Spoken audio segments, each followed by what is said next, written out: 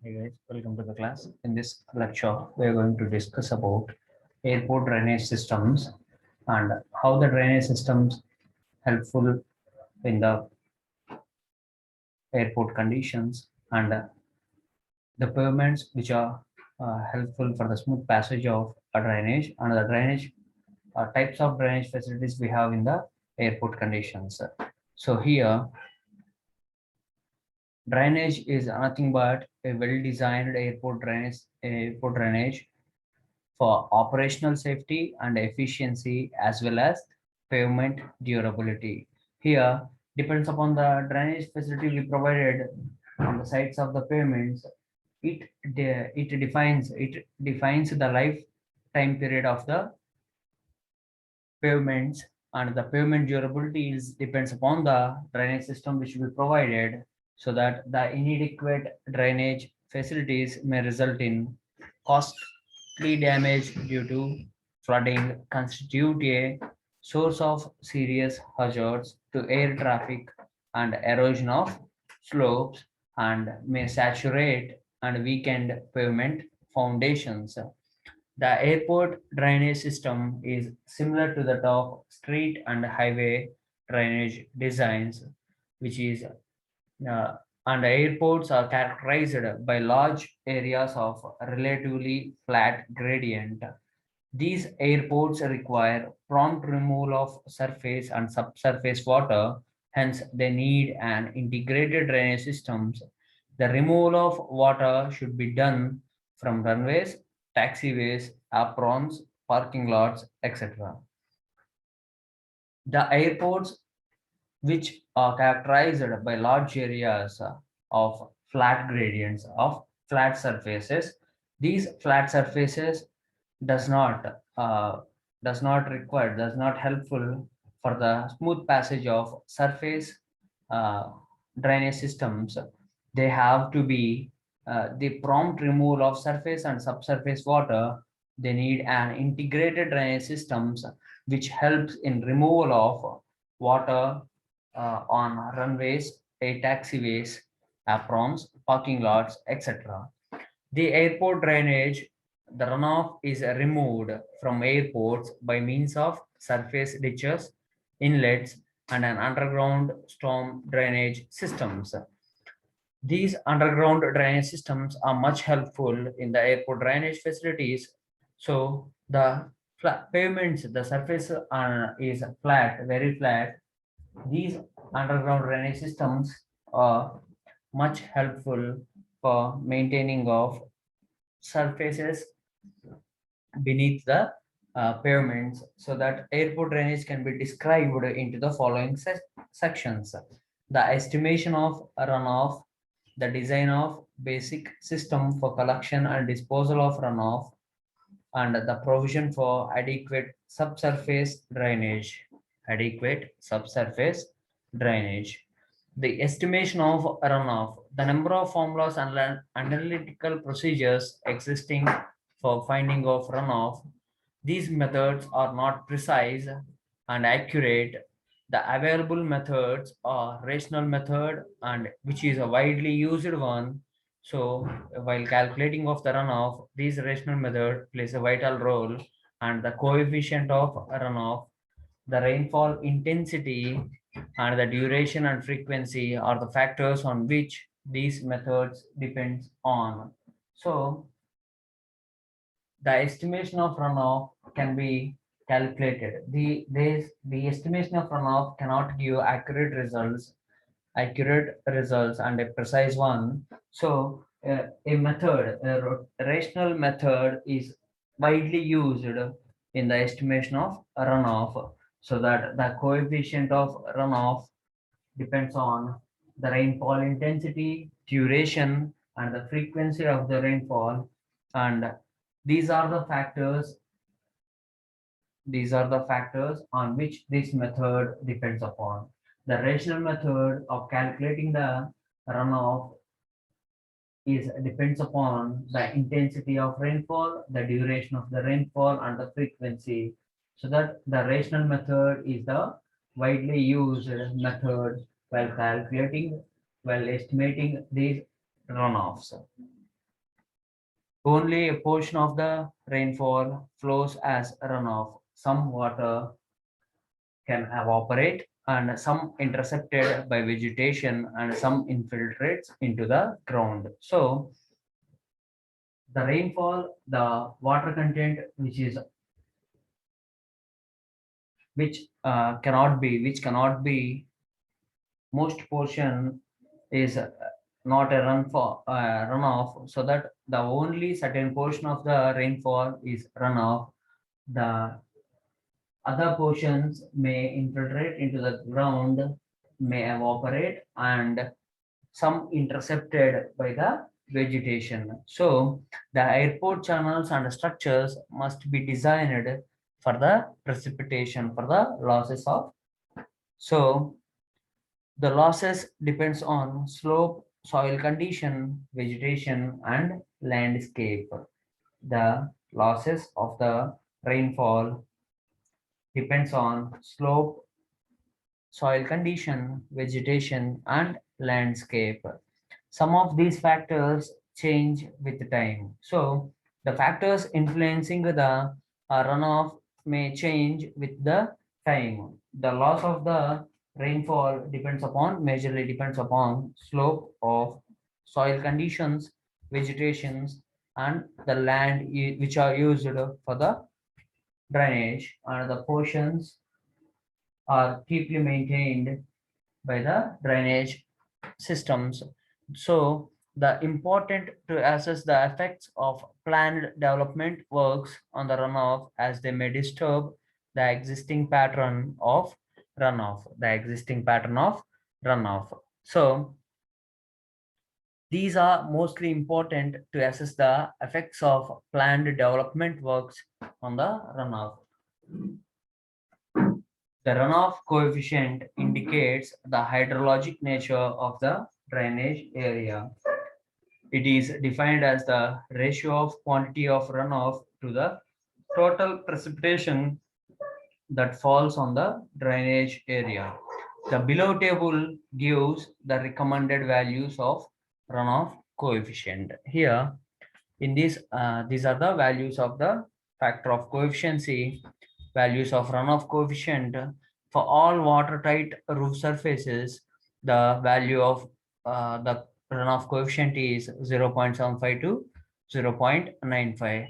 For asphalt runway pavement, it is of 0.80 to 0.95. And for concrete runway pavements, it is of 0.70 to 0.90. For gravel or macadam pavements, these are the factors. The values of factor coefficient are of 0.35 to 0.70 for impervious soils, and for impervious soils with the turf. For impervious soils, it is of 0.40 to 0.65, and for impervious soils with a turf is of 0.30 to 0.55. For slightly previous soils, it is of 0.15 to 0.40, and for slightly pervious soil with the turf is of zero point 0.1 to zero point 0.3. For moderately pervious soils, it is of 0.5, sorry, 0.05 to 0.20. For moderately pervious soils with the turf is 0 to 0.1. For slopes from 1 to 2%. These are all the slope values of 1 to 2% of the soil. So different types of surfaces where the runoff coefficient can be, the values of the runoff coefficient are given here. The rainfall intensity is the rate at which rain falls, typically expressed in inches per hour. The rainfall intensity is nothing but the rate at which the rain falls. These are expressed in inches per hour. Because of the probabilistic nature of weather, it is discussed in terms of its frequency and duration. The procedures for the construction of rainfall intensity duration curves have been published by the airport authority. Making use of such charts, we can determine the intensity of a 5-year rainfall of desired duration. For example, the calculation of rainfall intensities from charts can be done here. For the duration of 30 minutes, the chart value is of 1.37 inches into 60 by 30. That the intensity in hour, the intensity is nothing but inches per hour of rainfall is of 2.74 inches of rainfall per hour. So for the duration of 60 minutes, it is nothing but an hour. It is of 1.73 inches into 60 by 60. So the chart value is of inches of rainfall per hour. It is nothing but, for the duration of 30 minutes, it is of 2.74 inches per hour rain can be measured. And for 60 minutes, it is of 1.73 inches per hour. And for 120 minutes, it is of 1.05 inches per hour of rainfall can be measured from the charts. To obtain values for short duration rainfalls, the following relationships between a 30-minute rainfall and a 5 to 10 and 15-minute amounts may be used. For duration of 5 minutes, the ratio is 0.37 inches per hour, and for 10 minutes of duration, the intensity is of 0.52, and for 15 minutes, it is of 0.72. For 15 minutes, in the for 30 rainfall, the intensity is of 1.37 inches. So after the values will be converted into inches per hour to get the intensity, the above obtained values can be used for drawing a 5-year storm intensity duration curve. For the other periods of 2 years, 10 and 20, we can develop curves, depends upon the intensity of rainfall. Here, the intensity of rainfall in inches per hour is on y-axis, and the duration of rainfall in minutes is on x-axis. These are the graphical representation of intensity duration curves for storms in vicinity. So a designer must choose correct curve for the design. This involves the weighing and judging various factors related to physical and social damages that might result from the flood of a given frequency. Normally, a written period of 5 years is used for the design of drainage systems at airports. Uh, we can get, while designing of the drainage systems, we can get an information from geographical information about 5 to 10 years. So depends upon the rainfall intensities and the duration of the rainfalls, the drainage systems we can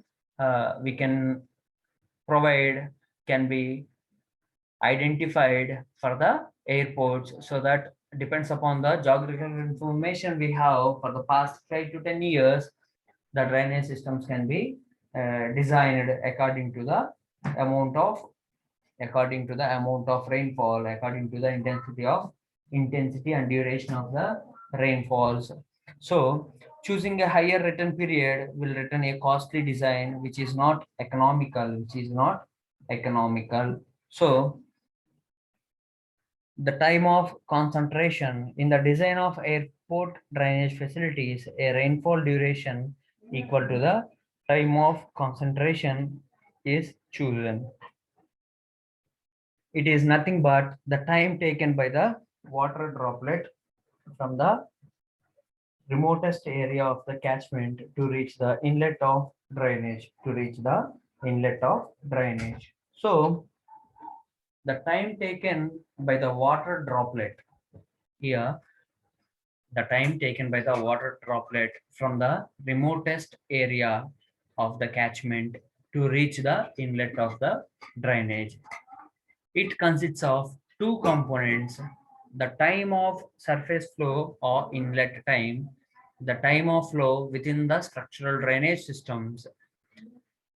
Inlet time, the time of surface flow, the droplet which can be the water droplet from the remotest area of the catchment area, from the farthest area of the catchment area to reach the inlet of the drainage. This it consists of two components: the time of surface flow.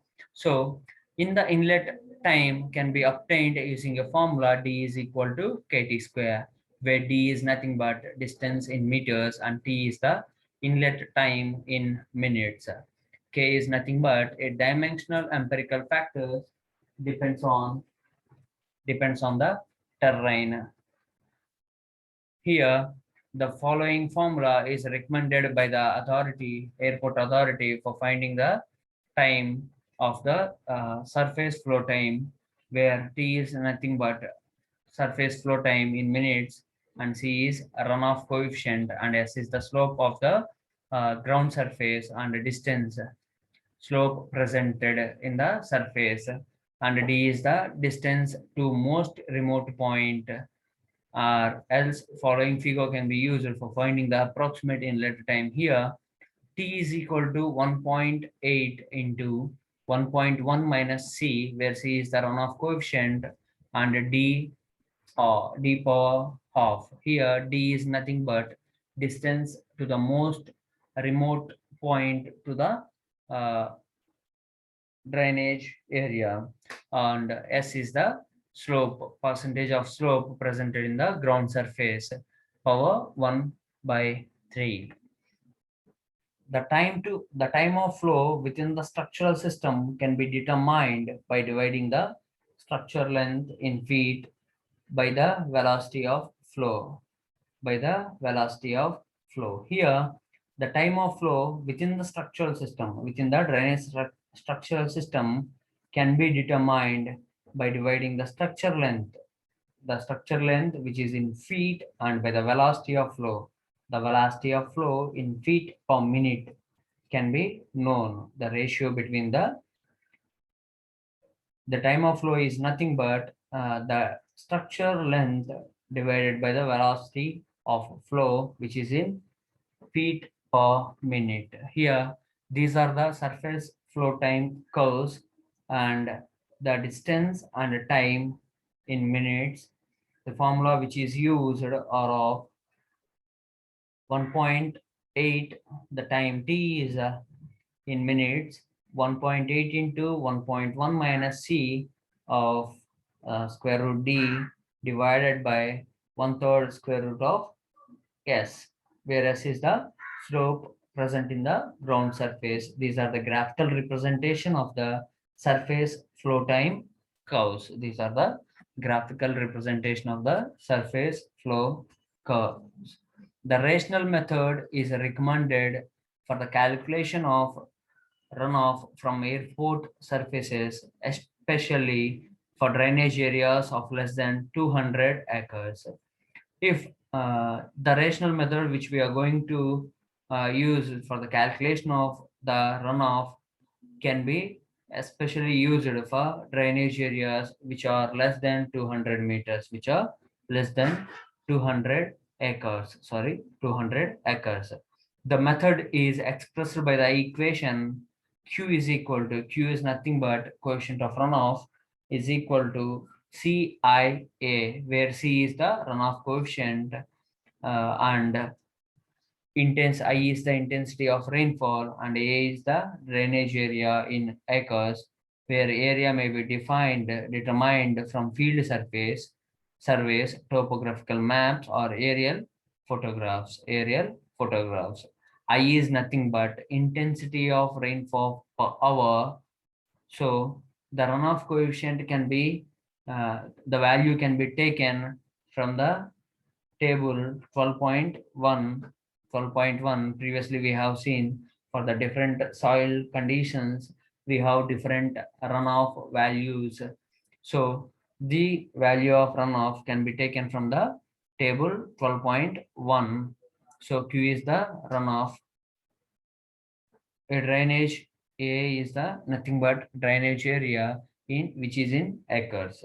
Is this rational method is for much used for the drainage area is less than 200 acres.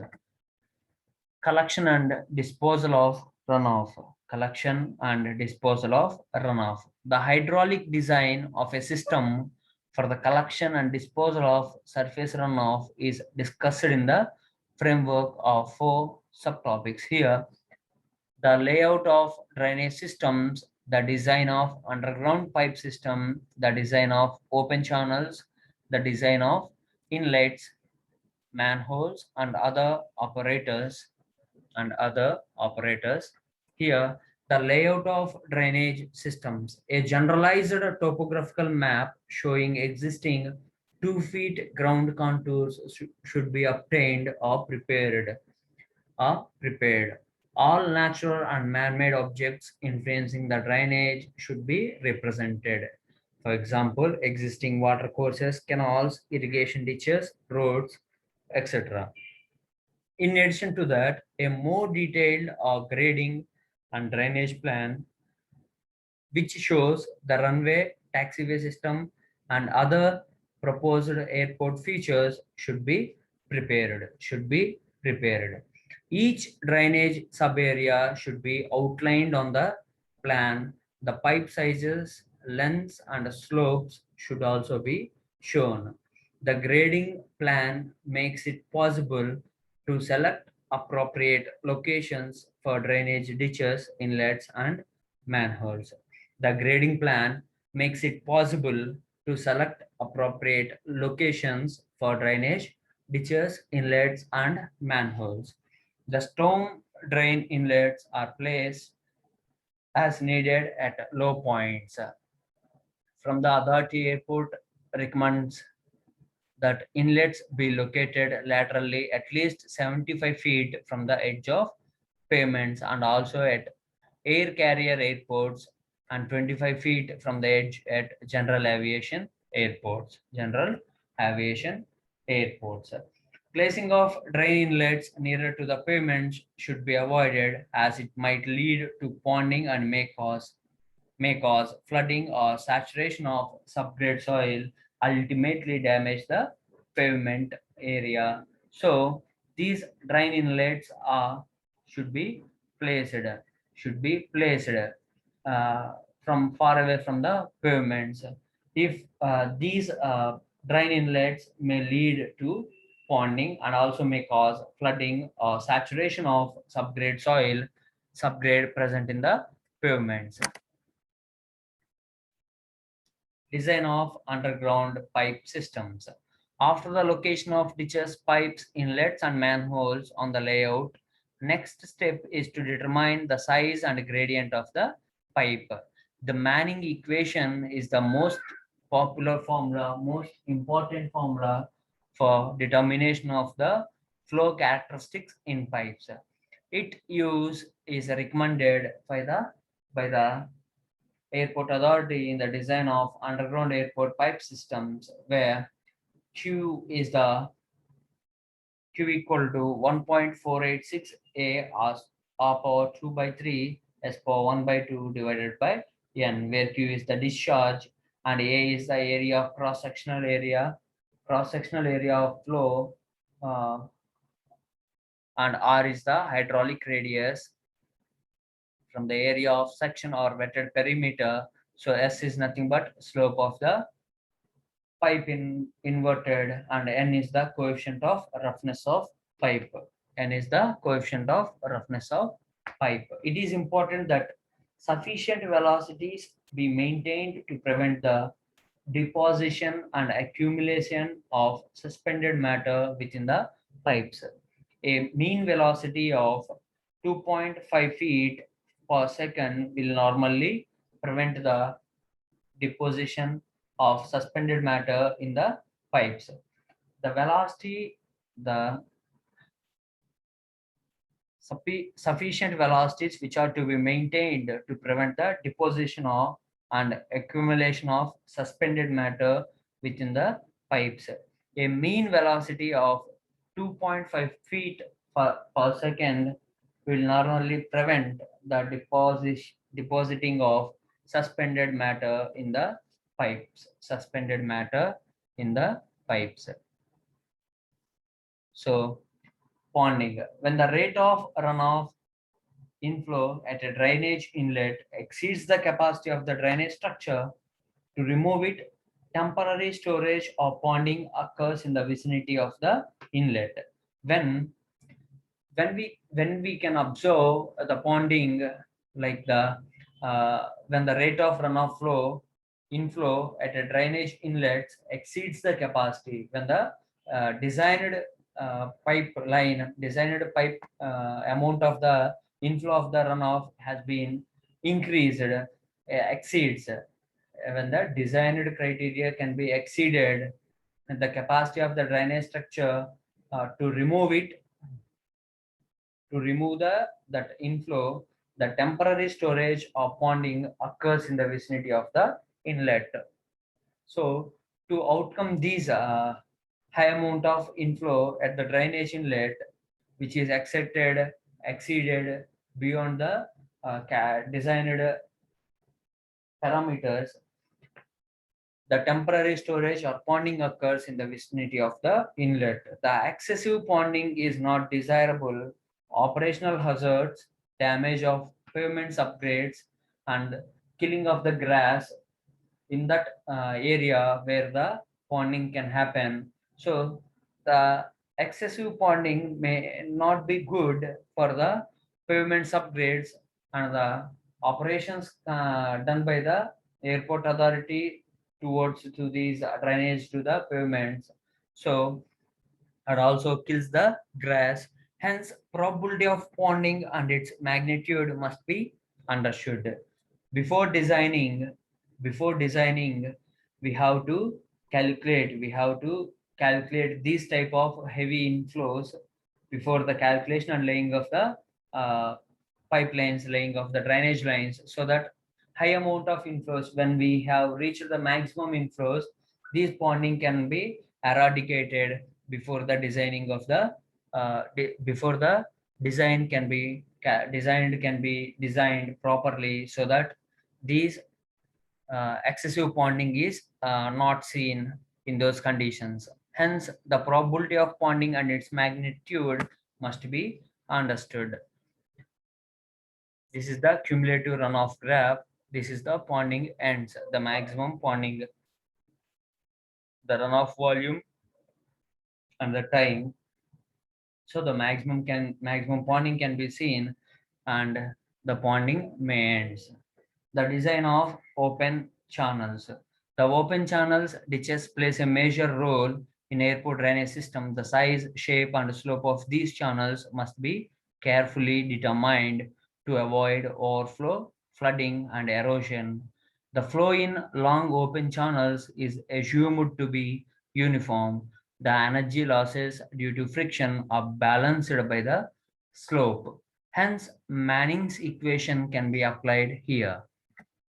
To solve the Manning equation directly, the depth and cross-sectional area of the flow and the slope, shape, and frictional characteristics of the channel must be known. The size, shape, and frictional characteristics of the channel must be known before the calculation of the Manning equation directly.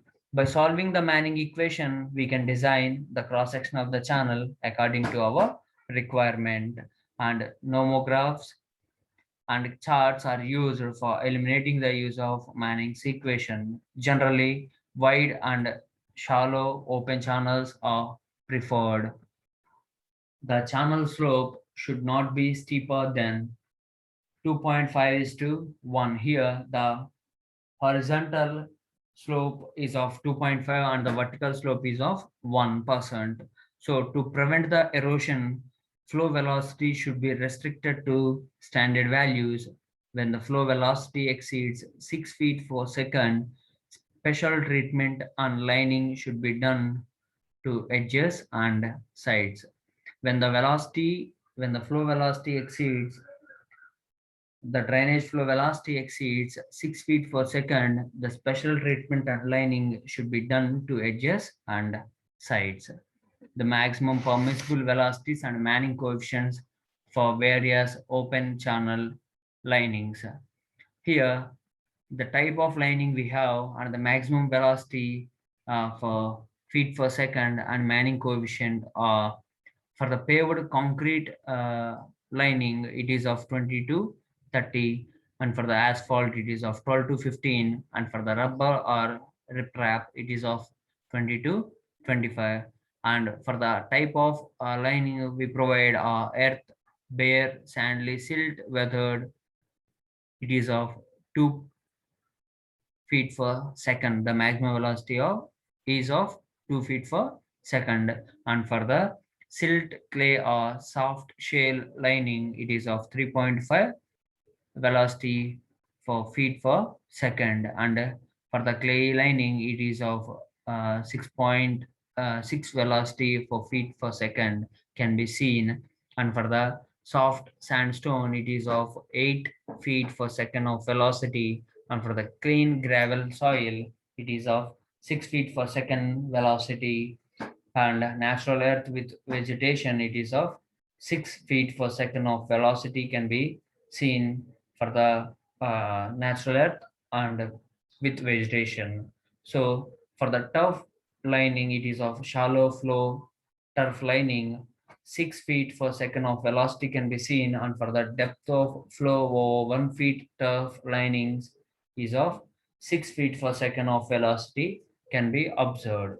These will vary with straightness of alignment, smoothness of bed and side slopes, and also depends upon the weather conditions. The channel has light vegetation or is choked with weeds and brush.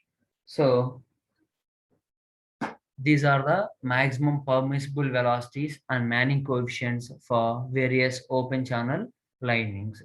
So for the type of lining, it is of paved concrete lining. The Manning coefficient is of 0.011 to 0.020.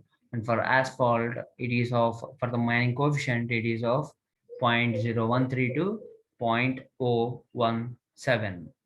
And for different types of lining conditions, we have different Manning coefficients here. Design of inlets, manholes, and head walls.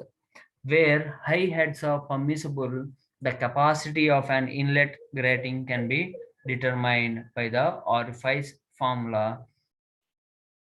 Q is equal to CA 2GH whole square square root of 2GH, where C is of coefficient is of 0.6, and A depends on water wave opening, which is of which is in foot square, and for G it is nothing but acceleration of gravity foot per second square, and H is the head in foot.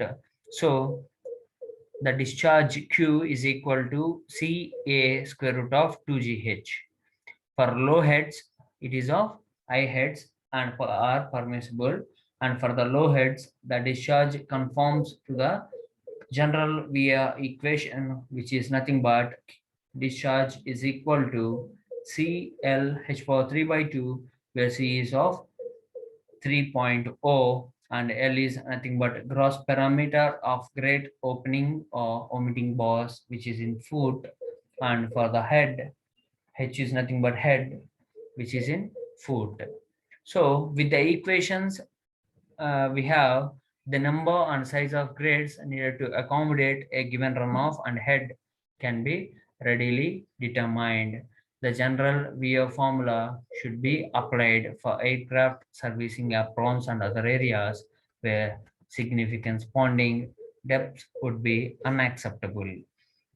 So the general wave formula should be applied where the aprons or the taxiways, the significant ponding depths would be unacceptable. Here, the ponding depths, the inlet pipeline depths cannot be unacceptable where aprons and other areas where significant ponding depths should be unacceptable.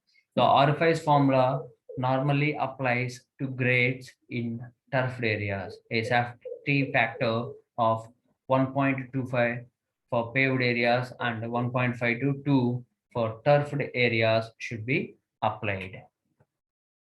Subsurface drainage system. A special drainage systems are required to control and avoid the undesirable effects of subsurface moisture.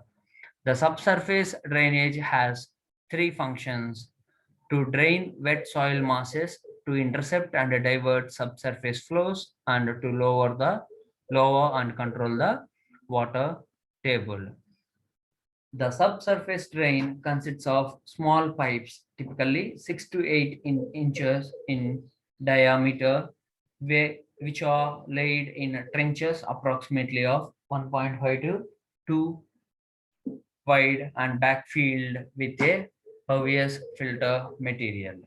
The subsurface drains consists of small pipes of 6 to 8 in dia and laid in trenches approximately of 1.5 to 2 wide and backfilled with pervious filter material. The pipes should be bedded in a minimum thickness of filter material. Subsurface drainage systems are most likely to be effective in sandy clay sills and sandy sills.